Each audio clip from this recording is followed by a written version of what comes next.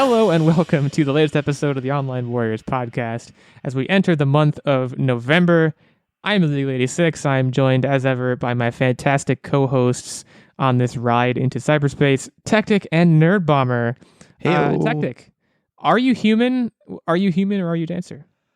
I would say that I'm 99.9% dancer. There is very little human to be had left of me because, let's face it, humans suck. So just be dancers, folks. Just be dancers. That got very deep, so let's bring it back to the shallow end. Nerdbomber, somebody told me that you had a girlfriend who looked like a... What is it? Somebody told me that you had a boyfriend that looked like a girlfriend that I had in February of last year. Is that so? I don't remember what happens after And that. don't look at me. I'm your fiance. I don't know who this person is. Oh yeah, this was a previous man. Or it could be a current one. Because like I said, I'm not the title of boyfriend. That's true. Right. We're here. All three of us are here. We have a lot of stuff to talk about today. We're going to talk about the Metaverse, which if you haven't, just Google it. I don't know. I'm sure you've heard about it already. We're going to talk about the Book of Boba Fett, and we're going to talk about space, the final frontier. So kind of a mix of television, science, and, I don't know, general pop culture. Now, I said before the show started, I was like, I'm going to start with the Metaverse. And then something happened. What happened was I Googled the Book of Boba Fett, and we're going to start with that, and let me tell you why. When you Google something, which Nerdbomber, Techtic, I would encourage you over in your zone to Google Book of Boba Fett right now, just so you can follow along with me here.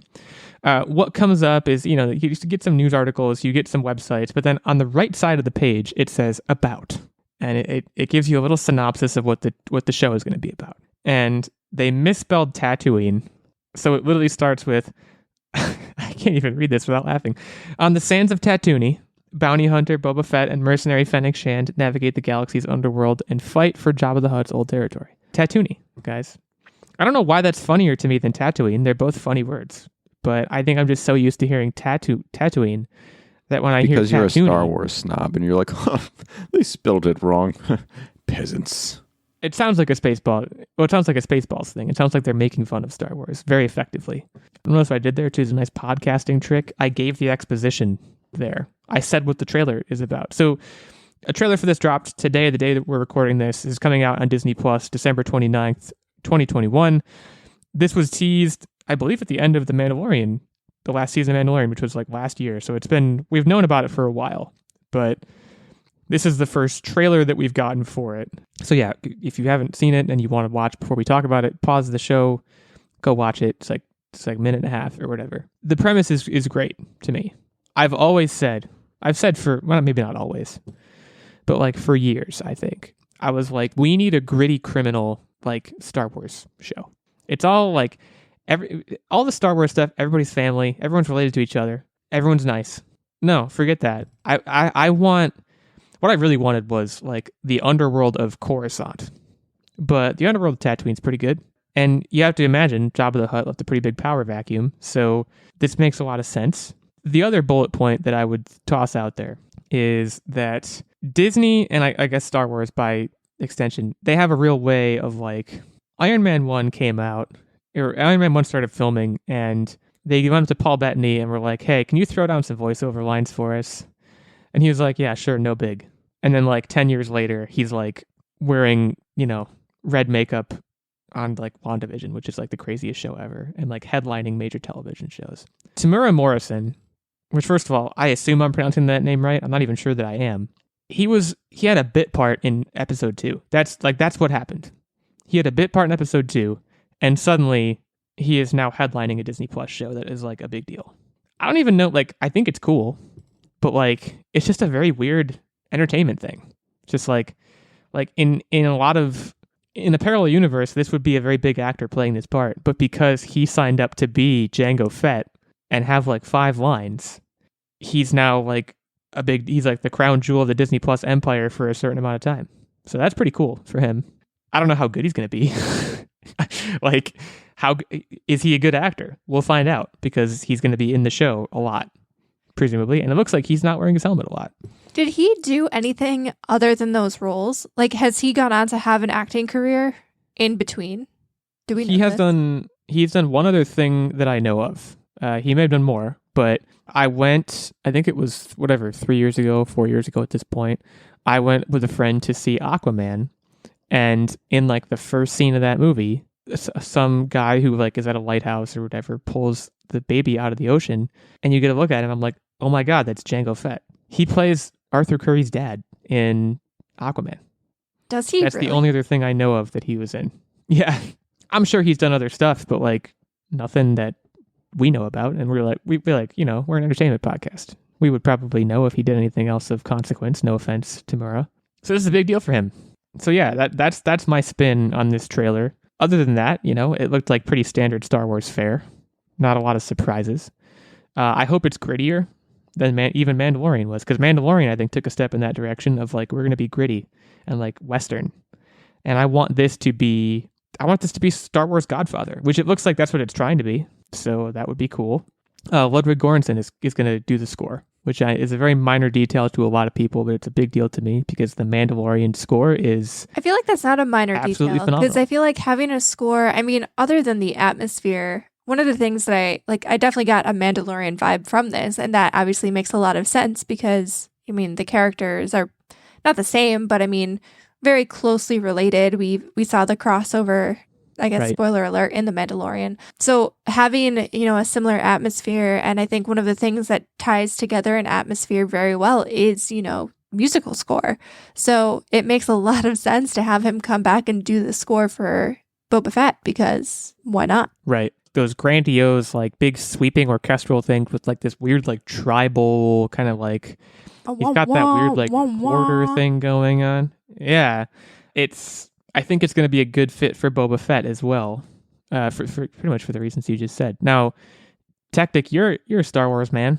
You're a star man. Hit me with it. Where are you at on this? Okay, so Jabba the Hutt is this force to be reckoned with. And yeah, I know there was sort of a ill replacement available. And so it was very easy for him to come in and take over that spot. But honestly, I'm surprised there wasn't another one of his species that didn't try to fill it very quickly before he even arrived. And so I would have liked to see that, because people they sleep on that species.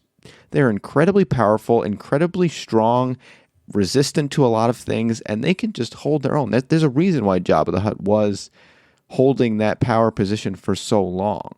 And see, I never saw them as physically strong. I just saw them as, and I first of all, I totally agree. I mean, the timeline's a little murky, but we know, Mandalorian starts, 6 years after episode 6, I think, in which Jabba dies. And the Hutts, it's always been portrayed that Tatooine is gangland and the Hutts are the gang lords, right? Right. So presumably there would be, in that 6 year another span, one. Another Hutt, perhaps a lesser Hutt, but still a Hutt who would step into the power vacuum that Jabba the Hutt leaves behind. I don't how strong and how physically formidable can Jabba the Hutt really be? Or how physically formidable can any Hutt really be? That I take issue with as a characterization. But as far as being real smooth talkers and good power players, yeah, 100%. Check out the Googles. You won't be disappointed, people. They are tough. The other thing that I kind of found sort of interesting was the role in which Boba Fett is going to be taking, because he seemed to be more of an easygoing crime lord, where he's not just quick to just say, nope, we're feeding you to the pets, you're done. Yeah, he had that I don't remember exactly what he said. Say your piece. Yeah, he wanted to say what you're going to say, and then I'll kill you, basically. And I'm excited to see that development if it's going to be be more almost a democratic rule. Right.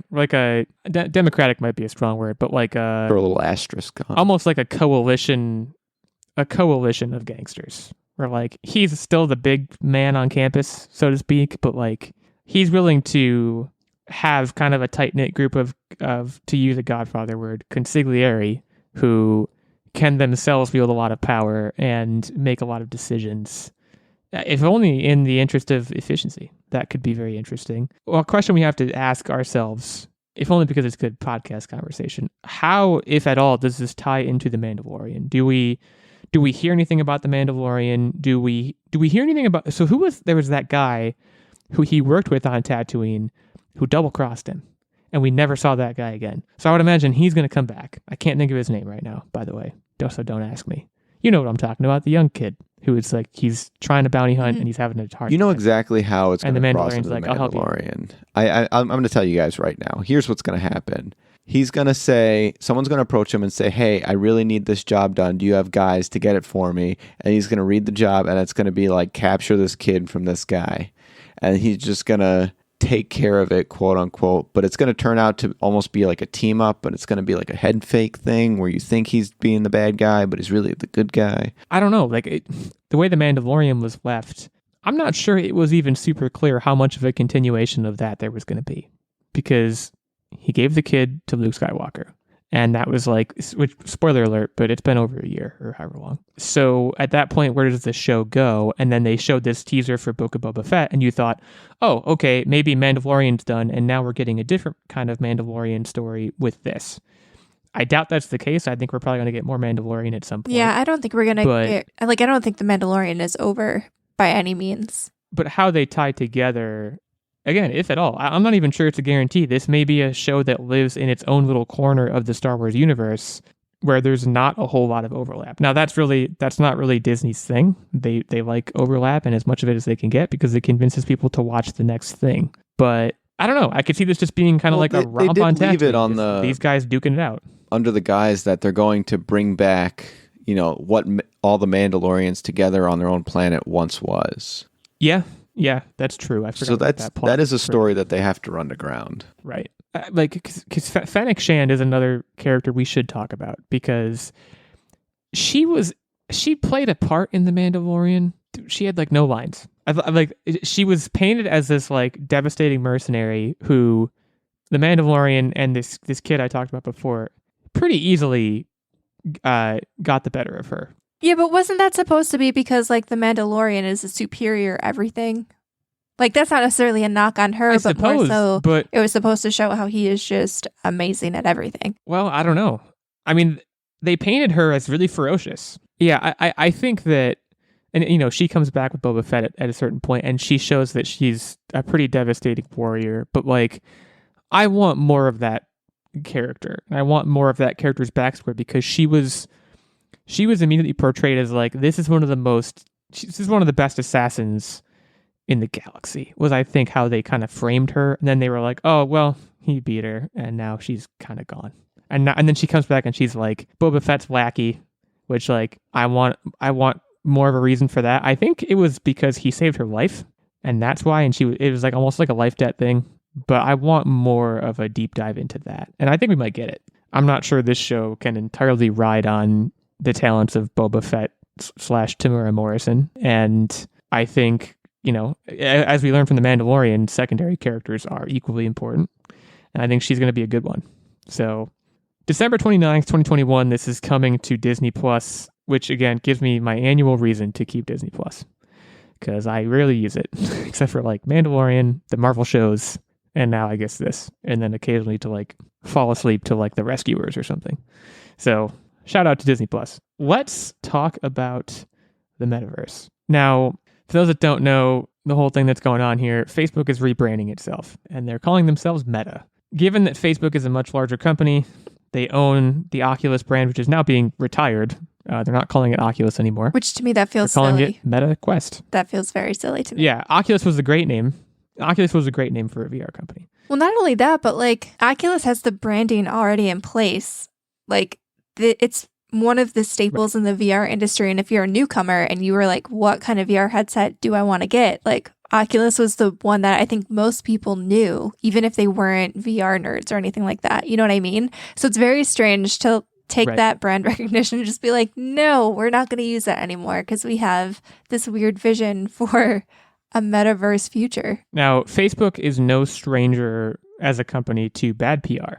And especially lately, they've had a lot of bad PR. So there's a lot of people who are feeling like this is just a move to get away from the Facebook name, which would be a good move to make. I'm not sure that's why they are making this change. I think this metaverse thing is very serious for them. Lest we forget, I don't know how long ago it was, but Google did the same thing.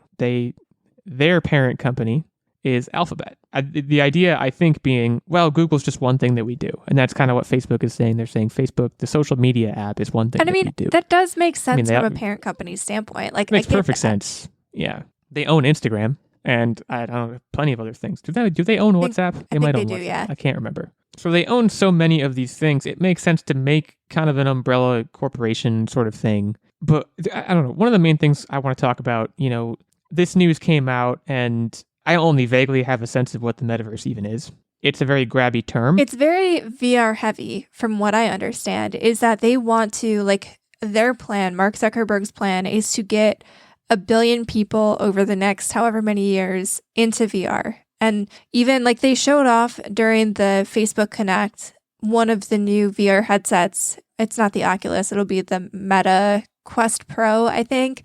And essentially, like, the little sizzle reel that they had for it was you sit down to your work computer, but you put on a headset. And so you're in this virtual office, and that's how you're collaborating with people. You have like a little avatar, and that's how you have your meetings, and that's your work day. And then you take the headset off to like go pee and eat dinner, and then you put the headset back on, and that's how you like go to concerts and stuff. And that is like what they're striving for. They're looking at like Ready Player One, and they're like that is no, what not we Ready want. Player One. Right. Snow Crash. The Well, Matrix. yeah, I was gonna say the Matrix. basically all of those VR heavy worlds where we're just plugged in. Ready Player One, IGN has their like video cover for the video is Mark Zuckerberg's face like pasted on the Ready Player One poster. So yeah, you pretty much nailed that. What I wanted, I watched part of the video where they talked about all of this, Mark Zuckerberg and some employee of his, and I just say there's nothing more bone chilling than watching, and I didn't watch the whole hour video or whatever, however long it was. I watched maybe 30 seconds to a minute of it. And watching Mark Zuckerberg attempt to be a human person was a bone chilling. This is the word I used before, and it's accurate. It's just weird. Like, he's like, there was a lot of, I don't think he's Italian. There was a lot of hand gesturing. But both him and the girl, I think they were talking about one of the video game things that they're doing. And they were both like very like fake excited, I think, is like, they're like, this is going to revolutionize the gaming world, and you're going to do this and that, and it's going to be amazing, and I'm so excited for the sequel to this game. And Mark Zuckerberg will be like, yeah, this game, me and my friends, we used this game to get through the pandemic. And I'm like, no, you didn't. Like, there's just something that's so, you should go watch the video right now. It's like a scene from like The Purge or something. It is just the weirdest thing to watch. It's like he's trying to channel Steve Jobs' energy, but he physically cannot do it. And it just comes off very weird. Almost like the uncanny valley effect, because that's kind of like what he's going for, but it's just not working. See, I have a theory that he's not a robot. Well, he is a robot now, but he wasn't always a robot. I think that he froze himself, and then this is robot Zuckerberg biding time so that they can thaw him out in the future. So we'll get the regular Zuck back in maybe a century or so. Facebook's engineers, Meta's engineers would do a better job at making a robot than Mark Zuckerberg is. Like, the robot would be better at being a human than Mark Zuckerberg is. That's what I'm trying to say. Guys, I have a question to put ask aside you, everything we know. Sure. How many bottles of barbecue sauce do you have on your bookshelf? I've a fair few, but none of them are Sweet Baby Ray's. I have that in the fridge. I don't display it. The only way that would make any sense is if that was literally the first bottle of Sweet Baby Ray's, and it was like a trophy. It almost felt like weird product placement. That feeling. I wasn't worried about the Sweet Baby label Ray's. wasn't There was even a shown. weird ball in a cup, like doll thing that was just creepy. So I do want to mention something, go ahead. and the reason why I brought up Snow Crash is because the term metaverse is taken directly from that book, and it's about a VR world that is supposed to be an escape from the capitalist hellscape, and ultimately becomes a capitalist hellscape. And my gosh, for Facebook to rebrand this to that couldn't be more fitting. Well, it's kind of funny. So I was talking last week about how, I bought the Oculus Quest 2, and as I was using it over the days... The Meta Quest. Yeah, sorry. The newly renamed Meta Quest 2. I'll go take a knife and scrape the Oculus logo off of it. You should go back and edit last week's episode. We don't want Mark coming for us. Okay. But This is a small time thing we have. I got selected somehow as a beta user, and I'm sure most people who buy the headset, if you use it more than a few times, they probably select you for it. But I got selected as a beta user for what was at the time called Facebook Horizons, but I believe they also renamed that Meta Horizons. And what they're trying to do, like, they basically framed it as, because of course I was curious. I was like, okay, let's do this. Show me what you got. And it's literally just a living space. You can go in and you can hang out with people. You can build things if you want. You can attend concerts or attend events that people set up. It's basically just a giant meeting space. You can meet with other people around the world, like strangers, and meet new people. You can link it up with your Facebook friends list and meet people that way, like that you actually know in real life. And it actually sets up a whole like avatar for you. So when you're walking around, like there's a cartoon version of you walking around in VR.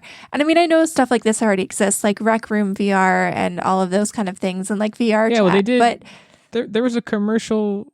There was a commercial a while back. Jonah Hill went to a basketball game with like, I think it might have been LeBron James. And I think it was an Oculus commercial. And they were like, this is what Oculus is now. And I was like, really? So yeah, it's not a new thing necessarily, but they're probably getting way better at it, I think is what you're saying. Yeah, like this whole thing, and granted, I didn't spend a lot of time in it because I was like, well, none of my friends who I'd actually want to talk to in VR actually have a Quest. So this is not really, like, there's no value here for me. So I quickly noped out of it. But it's very evident what they're trying to do. And I don't know if I like that. Like, could you imagine starting your workday? It shouldn't work. In a VR office? No. And then just transitioning over to hanging out with friends in a VR thing? Like, I don't know. I have sciatica. Let me get out of my chair. And first of all, like, this is making no mention of like the physical ill effects of like looking at a screen literally 100%. We're moving into but, Wall-E world. I don't understand. I get that my VR point of reference is PSVR, and that headset is very large and very heavy. Still, even if the headset was the MetaQuest 2, MetaQuest Pro, or whatever you want to call it, it's still going to be a thing sitting on any your head small amount of weight feels heavy after a long period of time. Well, and if I want to talk, like, there's also something to be said for like body language and like human communication. I'm not sure an avatar, no matter how advanced, is ever going to give me the experience of sitting down across a table from Techtic and talking to him and looking deep into his piercing brown eyes. Well, I think, though, that's part of the technology. And I don't know if they rolled all of it out because I didn't watch the full event. I'll be honest. There was too much Mark Zuckerberg, and no one had the stomach for that. It'd be brave to try, I think. But I think they were saying, like, in future headsets and VR technology, like, I remember I was scrolling through, it might have been The Verge who did, like, a rundown of some of the new tech that was shown. And it's basically like this mirror that goes up in a room so that it can detect your body language and then reflect it back into your avatar or whatever. So I think they're working on that so that you do get that human element of body language. I don't know. It's going to be uncanny valley, like, to the 10th degree. There's an X factor that think about Zoom calls. Like, you're looking at the actual person, okay? And there's still points in a meeting where people try to talk over each other. There's points of awkwardness, and that's when you have the body language. But I would think the utility of the VR metaverse would be people from Japan can have sit down hangouts with people from America. But because of latency and networks, no matter how advanced technology gets, you're never going to get that unless you're actually in the same room. What I'm excited for I think there's a wall there. And specifically faking the learning curve. So, like, let's be honest, it's going to be brutal with the older generation. But with the younger people, it's going to be more seamless, right? Standard technology introduction. But what'll be fun is I could make believe I don't know what to do with like my Joy-Cons and have my controllers, and have my avatar like do weird things with his hands, like just hold them up in the air like you just don't care the whole meeting, and I'll just act like I don't know that that's what's happening and play it off, and it'll just be hilarious for me. I will just milk that train all the way to retirement. And that's a question worth asking. At this point, are we members of the older generation? I think we're the VR boomers. By the time this all gets rolled out, we're the VR boomers. That's you where I'm guys will getting be at. the VR boomers. I I will be hip with the technology. This may be the jumping off point where we are older than the technology. Like, that's not what I meant. But like, we are not the target audience of the new tech, I think, is where we are, where we're getting to. And I'm okay with that. See, I struggle with that though. I don't want to be. It becomes like such a widespread thing where we're using that in even the workplace and stuff like that. Like, you better jump on board. Don't get left behind. Otherwise, you're going to be out of a job. Yeah, no, that's a fair argument. I don't know. I have a hard time seeing us adopt it in the workplace at wide scale. But I don't know. Maybe people said the same thing about the internet. I have no idea. I mean, hey, how long? 20 years ago, people were doing things by hand. Those people would never have imagined that we would have computers and like everyone was doing calculations by hand. We have computers do everything for us. Everyone was doing long division. They had abacuses and they worked 40-hour weeks. And now we can have everything done for us by computers. And guess how many hours we're working a week? 40. It's like 50. If only it was 40. So yeah, there's a lot of questions to be asked here as we move towards the metaverse. Mark Zuckerberg's idea for a perfect utopian world, I guess, is what it is. We want to hear from you on the Twitter sphere at OW-Illeagle86, at OW-Techtic, at OW-Nerdbomber, our main show account at OnlineWarriors1. How do you feel about the term meta? Because that's another thing we didn't talk about. That word makes me want to punch somebody in the face. Whenever someone's like, it's so On meta, another note, I'm just like, waiting for him to say, when you're on your deathbed, you can either die or you can be downloaded into the metaverse. Is Mark Zuckerberg a robot? Is he already in the metaverse? Let us know what you think. And also let us know what you think of the name metaverse. Or what do you think of the name Meta as a company name? I will admit, I hate the word, but I think as a company name, it's pretty good. It's very simple. I don't know. Let us know what you think. Right now, we are going to head into the break before we come back to talk about the final frontier. But before we do, I would be remiss if I did not shout out our fantastic Patreon producer, Mr. Stephen Keller. Stephen is going to be joining us next week on the show as one of his perks being a knight at the round table, one of our Patreon producers who gets the guest spot. He gets the shout out every episode. He gets input into our weekly game segment. And of course, he gets access to the monthly secret segment and vlog. We also have a Squire level of support, which gets you access to the monthly secret segment and vlog. And we have the pages, the backbones of the Patreon community, who get access to the monthly secret segment. So for any of the details, or for all of the details on any of those tiers of support, you can head to patreon.com/onlinewarriorspodcast for more of the deets. Thanks again to Steven and all of our Patreon supporters. And we will take a short break now to shout out our sponsor, and we'll be back to talk about space.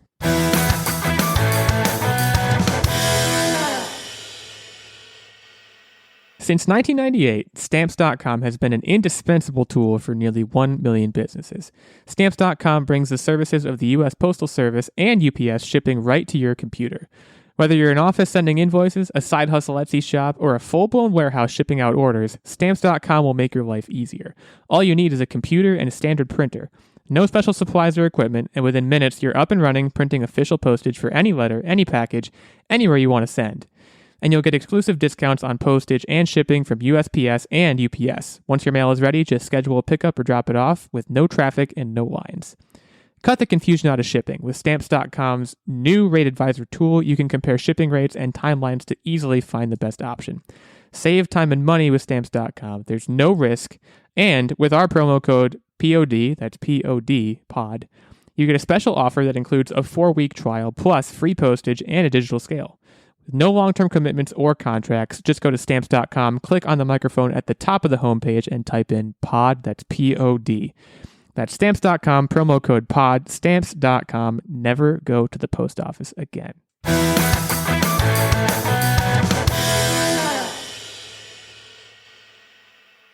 Okay, we talked about space a few times on this podcast, but why not do it again? Because space is back in the news again. A lot of you probably watched Interstellar. That was a movie. That was a good movie. I don't know why I said that was a movie. It was a good movie. Was it? They went to a... Yes! Oh, come on. Okay, let's not derail the topic. Let's talk about space really quick, and then we can circle back to this. Scientists have found the first signs of a planet beyond our galaxy. This is approximately 28 million light years away in the... I'm going to try to pronounce this. Is it Messier? Is it French? Messier 51 galaxy.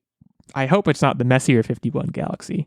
We don't need a galaxy that's any messier than our current galaxy, I feel like. Yeah, there's a planet out there they found using a X-ray telescope to observe transits, which can sometimes occur when planets pass in front of stars and block out a portion of light that's being seen from the telescope from other stars. So, long story short, this is very far away. The transit technique is hard to use, so it's very hard, and you can only use it at certain times, it seems like, so getting a second viewing to confirm the findings could take like decades, I guess, is what this article is telling me. So we think there's a planet out there. But look, other galaxies. This just takes us one step closer to Star Wars, right? I mean, Star Wars, I guess, is technically one galaxy, but it feels like more than that. There's a key piece of information that this, coupled with another piece of news that you may or may not be aware of, is really opening up what we understand and what we're going to learn about space over the next year. So, coming up... Is it that Mark Zuckerberg is an alien? No. He was a robot that has been confirmed. Okay. Mark Zuckerberg, phone home. Robot. Robots don't phone home. I think they're just linked in the Wi-Fi? I'm not quite sure. I think he might have been body snatched. Like an alien came and like took over his body. What is he, like a skinwalker now? Human. That's what we're looking at? Yeah. I could buy that. And that's why he's the way that he is. Anyways, go. You had an actual piece of news. I did. Thanks for the whole derailment. Anyway, what's coming in November 18th, well, it's scheduled for November 18th of this year, is they're going to be launching the James Webb Space Telescope into space, which is the predecessor of the Hubble Space Telescope, which you all know of. And this thing is freaking powerful. This thing can tell us evidence of the Big Bang. It can see so many light years down. Did you say predecessor or like the successor? I apologize. It is the successor of the Hubble Space Telescope. And this thing is amazing. It can tell us life on various planets that we're kind of like, I wonder if that was life on. It'll have the capability. So with the release of this telescope, we're not only going to be able to see this planet, and probably the shading, but we're going to be able to find out even more about it. So be excited for this year, guys. Be excited for space. Be excited for telescopes. And be excited for robots, apparently. Let me hit you with a hypothetical.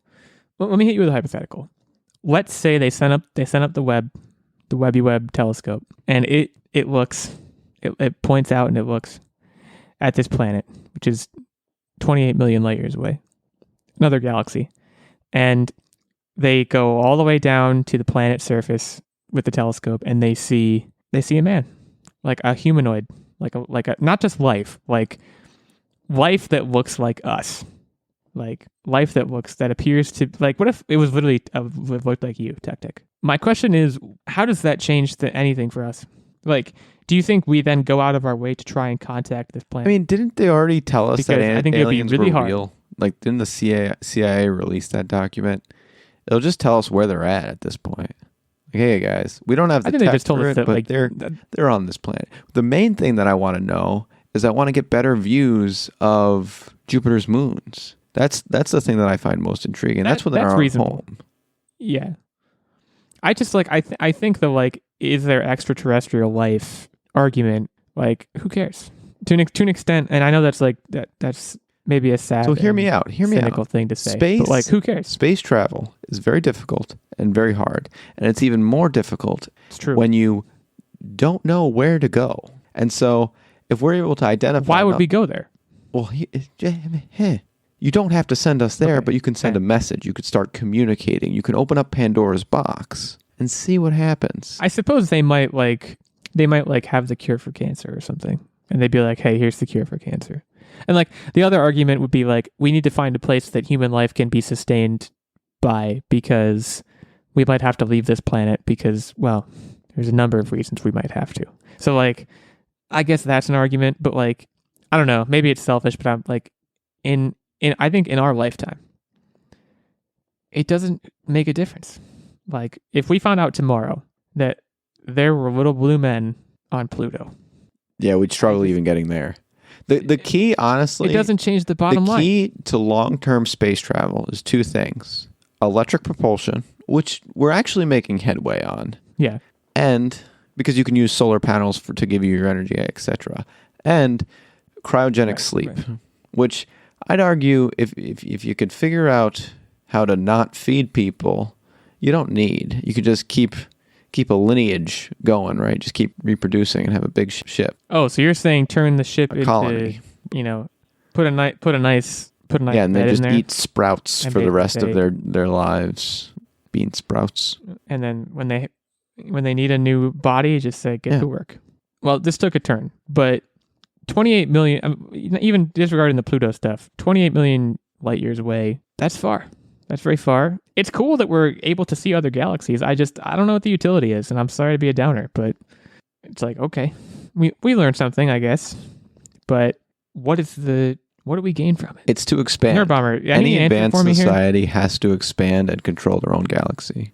Yeah, even if we don't want to expand, if we can somehow manage to save the current planet, you're going to need resources because we're quickly depleting our own natural resources. So even if we're left on like a desert planet, but we were like, we're not leaving. This is our desert. We're not going anywhere. Or maybe it would be an ocean at that point. We'd just be like swimming and living in submarines. Be like, we're not going anywhere. This is our planet. You're still going to need resources from somewhere. So Project Hail Mary. I did, you guys read that? Did either of you read it? Yeah. That's a scenario where I suppose it's like, okay, yeah, that it would be good to have other planets that we know of that we could go check out. It's similar to the game that we had played together, Nerdbomber, where the what was the game? Outriders? Outriders, yeah, that's the one. Okay, yeah. So yeah, I can there's Interstellar such a good 100% value to expanding in space and furthering our technology. Even simple things that we have today is all due to space travel, and we take it for granted, folks. So this is big news. Don't get me wrong, I'm open to it. I'm just a little bit indifferent. But I don't know. Maybe it's short-sighted of me to be like, hey, let's focus the R&D money on the current planet, because some would probably argue that it's too late for that. Well, even with our current planet, a lot of our natural resources aren't from this planet. I believe iron has all been deposited from meteorites, and it doesn't occur naturally. Yeah, that's true. It's a good argument again. What should we call it? The new planet? Techtic? No. It's not very good. Let's call it Udo. Online. So this way it's like further than Pluto. Udo. So there's Udo and Pluto. I like Udo. That's pretty good. That also be a great name for a TV show. Udo and Pluto. Disney Plus, you heard it here first. Udo and Pluto. It's time for What Are You Up To? It's time, and I got big news today. A big spicy ball of news that I'm going to drop here. I got a PS5. That's the exciting thing. I got a PS5. I haven't played it yet. I got it 3 days ago. 3 or 4 days ago. I don't even know if it's plugged in or not. It's in its rest. It's like in my entertainment center where it's going to be. I unboxed it and put it there. But the other piece of news for me is that I'm knee deep in Metroid Dread. See, I give you a lot of credit. Enjoying the heck out of it. Like, even if I was in the middle of the game, I think I would still just want to turn it on and, see the loading screen and bask in the glow of the welcome screen. Just flick its joystick a little bit. I'm a one-woman man. I can't, my focus cannot be pulled by anything else. Metroid Dread, I have to say, this is a nugget of how I'm enjoying the game. I still think Metroid Prime is better. I know Techtic, you're going to fight me on that. This is very, very good. Metroid Dread is. I'm finding it to be pretty challenging. There was one boss in particular where I died a lot, and I'm going to just, here on the podcast, I'm going to try and diagnose why that is. Honestly, most of the time when I die, there's a pretty specific reason. There's two specific reasons. One, I forget that I have certain abilities. Because the whole game is just stacking abilities, and the more you stack, the more that I'm going to forget about. Tactic, I don't know if this is your experience. I'm only halfway through the game, but I don't even know what it's called. Flash Shift? Is that what it's called? Yeah, I didn't really use Flash Shift, honestly, until Ravenbeak, which is the last boss. I forget that it's there. I literally just forget that it's there. The other thing that I do consistently, and this is not just a Metroid Dread thing. This is a this is a me in all Metroid games thing, I think. I go crazy looking for missile expansions. If I see a missile expansion, I'm going to find a way to get it. That's just how my brain operates. So I have a lot of missiles. I don't use them. Like I'll go into a boss, and seems like so far most of the bosses work in such a way where you can hurt them in one of two ways. One is using missiles, and the other one is using charge beam. You can't. There's a lot of bosses where actually doing damage to them, just hitting them with the beam doesn't work. So I will spend so much time charging my charge beam, which takes a non-trivial amount of time to hit them when I have like 70 plus missiles, but I'm always just like, I'm going to need those later. That's my constant mental block. I'm going to need them for the next phase. And then the boss ends and I have 70 missiles. And I'm like, yeah, you got to go to town with the missiles. I'm making the only time you should ever be using the charge beam is like, there's a one particular boss that you can't actually hurt because they have like an electric force field. And while during that phase, you can take the time to charge your beams to at least save one missile. But ultimately, I found it easier to just go to town with the missiles. There's a lot of the bosses too. What they do is they'll at a certain point in their cycle, they'll throw projectiles at you, and if you shoot them, you get missiles. So like you're always gonna have missiles, especially if you go out of the way to get expansions like I do. You're always gonna have missiles. I'm always so afraid of running out, which I have done like once or twice, but it's a very rare thing. And then the other thing with the bosses too is that there was at least one boss that I died. The quick time events I have a difficult time with, and that's a way to do a lot of damage to bosses. There's like melee quick time events. But the other thing is almost every boss has a gimmick where if you don't figure it out, like how to hurt them, you're just pissing in the wind, man. Yeah, you're just going to be on a constant loop. You'll go into a boss... You'll go into a boss and you'll be like, okay, I don't know how to hurt him yet. I'm going to figure it out. And then you spend 7 to 8 minutes not figuring it out. And then you die and you're like, well, I got to just do it again until I figure it out. The giant, I don't know the name, the giant octopus thing took me a couple of tries. Once I figured out how to beat it, it was easy. But I didn't know how to hurt the darn thing until like the third time I did it. That's exactly how it's going with me and Ravenbeak right now. It was just endless and on phase 1, and then I figured out the quick times, and then now I can get through phase 1 no problem, and now he's just a flying around madman, and I'm still figuring out phase 2. It's a thinking man's game.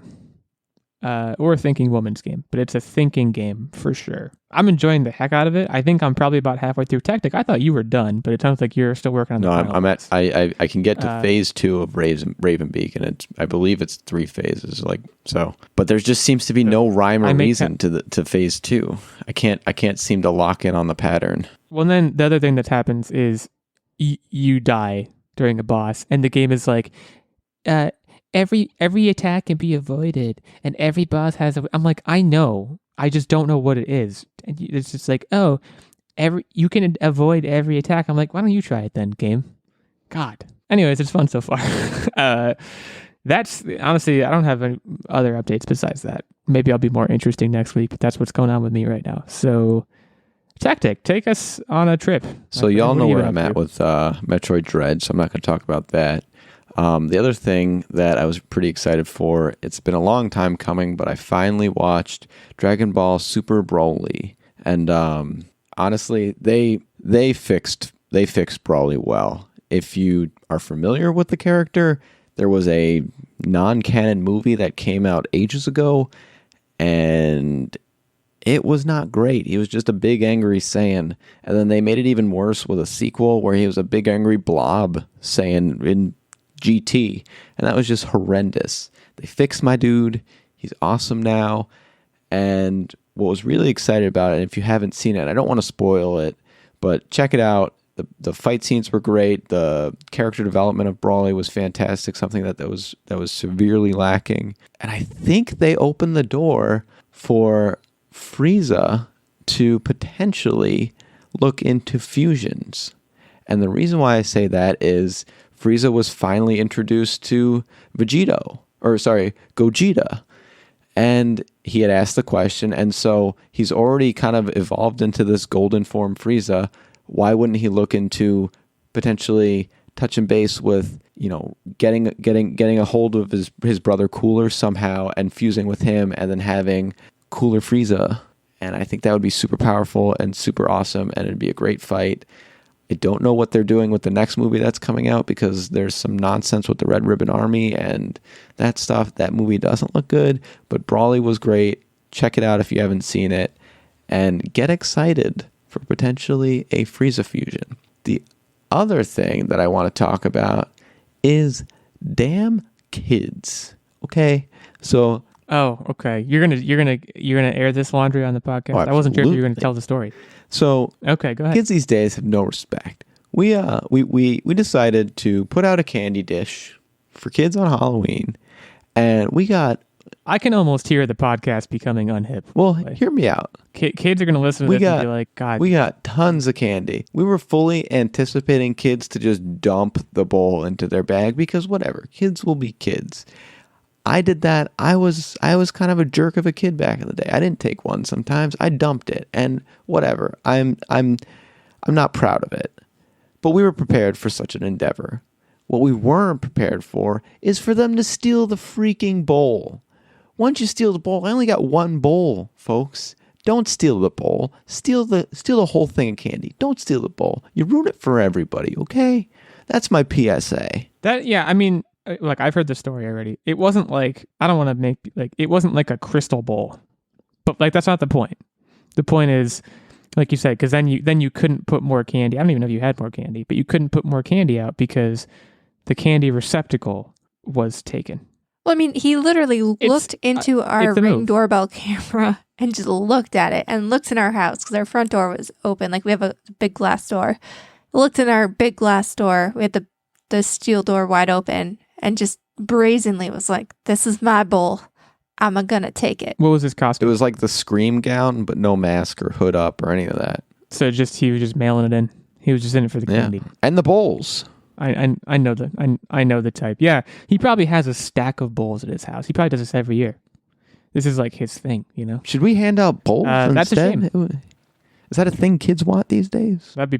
We'll be like the new pencil house that hands out pencils, but bowls. Next year, be watching for the kid and have a bowl of candy and like sit out on the porch. Be one of those people who sits out on the porch with a bowl of candy, and then when he comes up, be like, "Oh, good, you're finally back. We got you this special," and then put the candy back in your house and just bring him a paper bowl. And then written on the inside of it, on the bottom of it, it just says, "You suck." And just give it to him. That's the best idea I have to offer in terms of retaliation, which is clearly the number one priority here. So that's rough, man. I'm sorry that happened to both of you. Shout out to Ring Doorbell because they have it all on tape, guys. I've seen the footage. Nerdbomber, how was your Halloween? I mean, that part sucked, but otherwise. We watched some spooky movies this Halloween, and I liked both of them. Really? One I liked better than the other. I mean, they weren't like spooky. They were like fun spooky. So the first one was Werewolves Within. This one had Sam Richardson, and I believe she's the AT&T girl.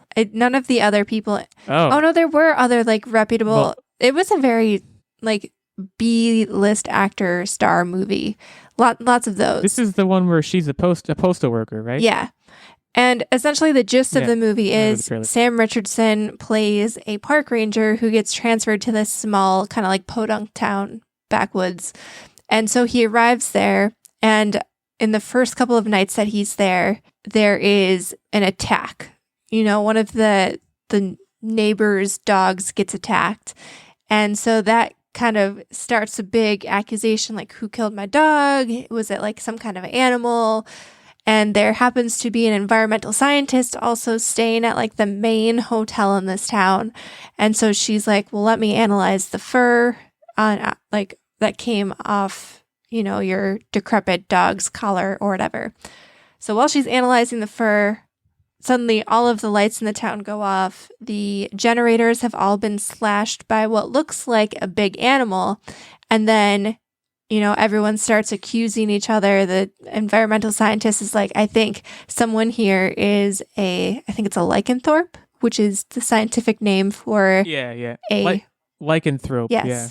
The scientific name for a werewolf. So then they're basically all locked in this house together, and somebody is a werewolf, and it's kind of like almost like a Clue movie set in a werewolfy horror setting. And it's not really scary at all. Like there's maybe a few jump scares, but it's more like, I would say, Clue vibes than anything else. Like there was not really any point in time when I was super scared. I don't even think I jumped or paused it at any point in time. It was more like, it was a comedy, so it was funny. I mean, if you know any of the actors in the movie, they're very well known for their comedy roles above pretty much anything else. I think it was actually really fun. Because scary movies aren't your thing, are they? Right, yeah. I hate scary stuff. Or are they? No. Yeah. I didn't think so. So for me, this was like a perfect Halloween type movie because, you know, it was more funny and mystery than anything else. And so I was definitely jiving with it. The other movie that we watched, it was The Vast of Night. And this one, I don't find alien stuff very scary, especially when it's not like true alien stories. But Techtic really does. So for him, this is like kind of spooky. But for me, I was just like, oh, this is fun. But this is not a Halloween movie by any means. It wasn't scary. And I wasn't even scared. It was just that one scene that I was, ooh, that was kind of creepy. Yeah. So the gist of this one, this is a setback in, oh man, I don't know, probably like one was radio big. Like they didn't really have TVs. One was radio and like, I don't know, the switchboards. Like the 20s. Yeah. So like going back in that time period and maybe a little bit later, but essentially, you know, everybody's at the big town basketball game and this teenage girl kind of has been shadowing the local radio host, and she also, like at night, she takes over the switchboard for the town, like the telephone switchboard, and between the two of them, they start getting some interference over their, you know, radio equipment, and it leads them on this kind of hunt to figure out what is going on, and they start gathering evidence of aliens. People start seeing aliens in the sky, and they're from Udo. Yeah. So it was more like another like alien almost mystery movie, because the majority of the movie, you know, they're chasing down clues and investigating stuff, and it's not really scary. It was just kind of like, ooh, aliens. So I mean, the one criticism that I had with that movie was that it was very dark. And there were some weird cinematic things that they were trying to do to, I think, make themselves a little bit more artistic. Like they kept cutting. So the way the movie was introduced was like the Twilight Zone. There's like a Twilight Zone intro on this old timey TV. Yeah. And then they keep like zooming in and out where like you zoom into the TV screen and then it kind of just fades into the real movie. But then every now and then it'll cut out and you'll just see everything happening through this foggy television screen, but there's no point to that, and you're like, why is this happening? Just show me the movie. This isn't adding anything to the experience. And by dark, she doesn't mean like it was a dark, gritty movie. It was the lighting visually dark. There's a lot of squinting to see what the heck was going on. The only alien movie that I've seen that's scary is Signs. No, The Fourth Kind. That was terrifying. Alien, by the way, the actual movie Alien is, for my money, one of the most overrated movies ever. Not scary at all. I think I was laughing like the whole time. And granted, it might have just like aged badly, but I don't know. I may have just angered a lot of people. So let's move on to the quiz. And do you have more to go through? Oh no, that was it. Can we? My spooky movies. So now that I've pissed people off, let's talk about Naughty Dog. So this is the quiz topic this week is Naughty Dog, which I assume was chosen because I'm a very publicly a Naughty Dog stan. I want to say before, I think this is a quiz retread, or maybe in my dreams we did this quiz. This all felt like very familiar territory to me as I was constructing this quiz. We'll see if you guys remember. We may have done like Uncharted trivia. So it's something at least Naughty Dog adjacent, I think, has been a quiz topic before. But anyways, I have 5 questions here. I actually don't have a tiebreaker, so I'm hoping you guys don't tie. And if you do, I'm going to have to find one on the spot. I don't want to do that. So just, I don't know, work it out amongst yourselves. First things first, when was Naughty Dog founded? I'm just looking for a year. You don't need to get more specific than that. And we'll start with, who has the worst record right now? We'll start with Techtic. No, we'll start with Nerdbomber because Techtic has the worst record. So Nerdbomber, you're up. I'm going to say, I mean, they did early games even before Jak and Daxter, I think. I'm going to say 1990. I think that's too early. Over Techtic. I'm going to say 1995. You both busted. What? No points. 1984. These guys, they were originally called Jam Software. They were renamed to Naughty Dog in 1989. So actually, you guys still, even if I just used that history, you guys still both would have busted. Their big breakout game, I believe it was 96. They actually were the first people who did Crash Bandicoot. Nice. That was like, Oh, and that that's was even, I think, before right. Jack and Daxter. So I think that was their big, like, that was when they hit the scene. That was 96. So you both busted. Next question. How many games, according to Wikipedia, there's a Wikipedia page list of Naughty Dog games. That's where I got this information. I actually went through the table and counted. How many games have they developed, according to Wikipedia? And this includes both remasters and expansions of games. So I don't know if that's... Oh, there's so some like bullet points for DLC you. is in here? I wouldn't say DLC. First of all, because I don't think they do much DLC. What I really mean is they included The Last of Us Left Behind, which I think was technically DLC, but it's also kind of like an expansion. It's a story continuation. Or no, it's a prequel, I think, to Last of Us. But it came out as like DLC. They're including that, and they're including The Last of Us Remastered. And I think they're also including the new Uncharted Legacy of Thieves collection that's coming out. I'm going to say 376. 376 games? Okay, well, that's just insane. I'm going to say 1 because that way I definitely don't bust. But what? Yeah, Techtic didn't understand the question. 24, Techtic. He didn't understand I don't the think any game assignment. studio ever. Uh-huh. You definitely did But not you said understand the question. You said I don't each think any game- remaster is a +1+1. Sure. Still. I don't understand where you could even get 300 games from. I don't think any game studio has ever made 300 games. Maybe Nintendo, but like... Felt good. You know what? 376. I still feel good about it. So, Nerdbomber's on the board. Techtic, a solid order of magnitude off. Let's see if he can dial in his calculator for this question. Last of Us, one of my favorite games ever, is tied for the 49th best-selling video game of all time when the remaster for the PS4 is included. Again, that's how Wikipedia does this. I don't know why. They're tied for 49th. It has sold, including the remaster and the original, roughly how many copies? Video games are definitely less This than is movies. Nerdbomber. But this was also like a worldwide seller, and I know people bought it twice. I'm going to say 30 million copies. That feels like a lot. 1 million copies.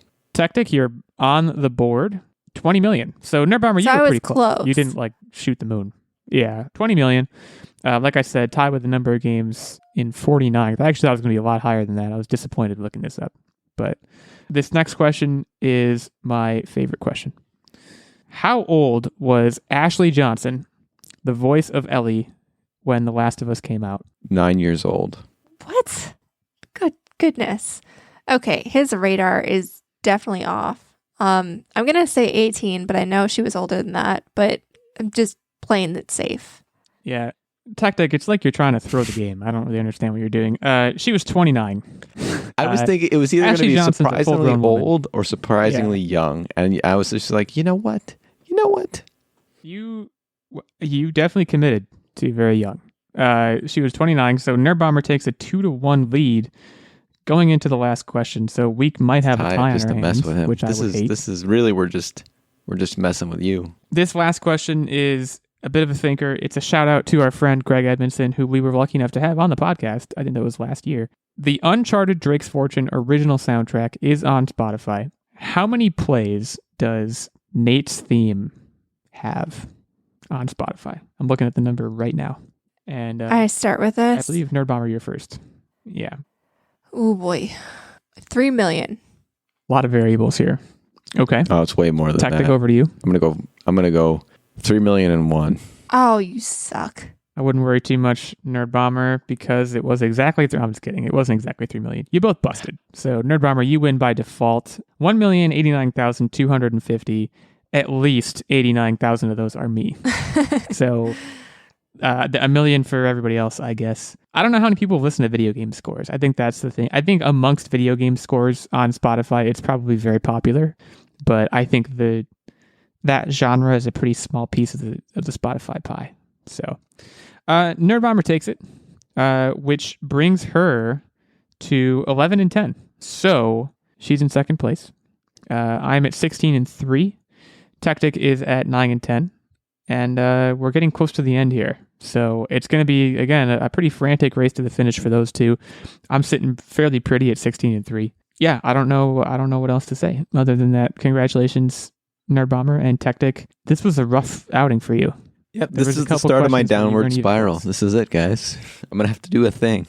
It does seem like you're committing to that. So we'll see if you continue committing to it next week. We thank you all for joining us on this episode of the Online Warriors podcast. We invite you to go to Apple Podcasts, leave us a review, hit us up on Twitter, handles already mentioned in the show. Tell us what you thought of the Metaverse, of the Book of Boba Fett, and I don't know, about aliens. Tell us what you think about that.